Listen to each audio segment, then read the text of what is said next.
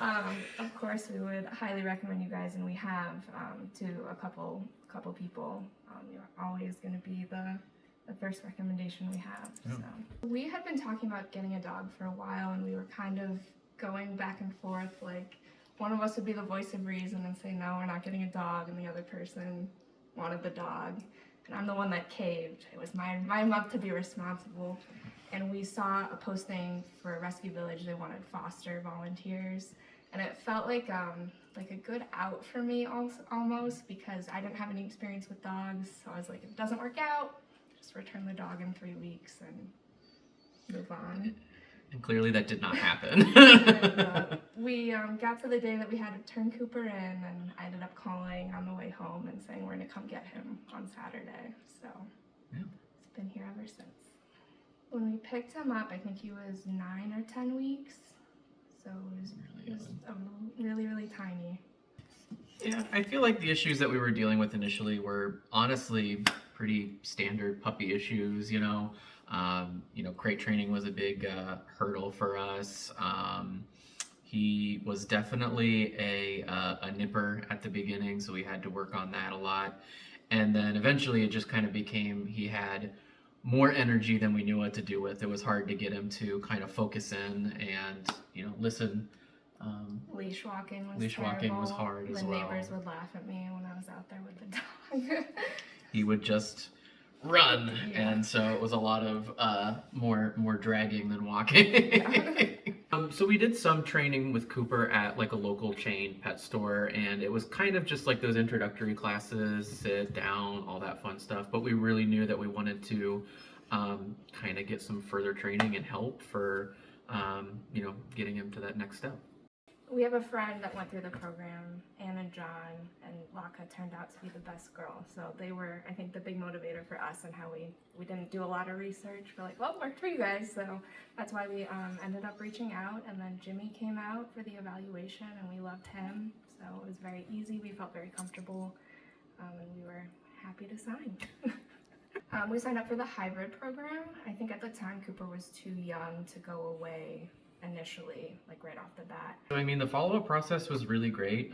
Can Guy was always super helpful with any questions that we had, very responsive to any, time we needed to reach out and say, hey, here's kind of what we're doing with Cooper right now. Doesn't seem to be working out very well. And I feel like we always received nothing but positive feedback rather than telling us, oh, well, here's what you're doing wrong. It was, here's some things to try, and we were able to get everything together very quickly.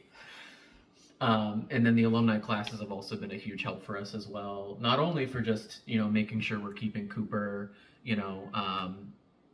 nice and focused and well trained, but it's also been a good, experience to go out and meet people, meet other dogs, and it was a great experience. So I think a couple favorite parts of mine were just like the very beginning process, especially because he was so young, and kind of learning that sort of like play training type of kind of situation, and using that as a tool to further improve his skills, and also kind of having fun with it. Mm-hmm. And that's really, I think, the big goal at the end of the day, is that sometimes people are like, oh, I just want a dog that's well behaved, but we still get to have fun with Cooper when we're working with him. So I think that was one of the biggest benefits, and one of my favorite parts of the training. So the training style is very positive. So when we started with Cooper and he was really young, it was very, positive reinforcement based. He was very food motivated, so that worked out very, very well for us. My experience with the trainers is nothing but positive, kind of already, like we've talked about.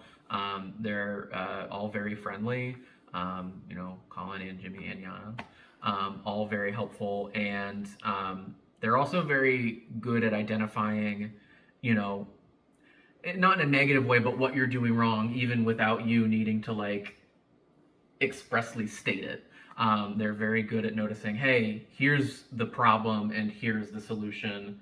And I think it makes the whole process a lot smoother, rather than taking the longest time to figure out the problem and then a short time for the solution. It was very well organized and all very fun. It also helps that they're all very friendly people. They're fun to get along with.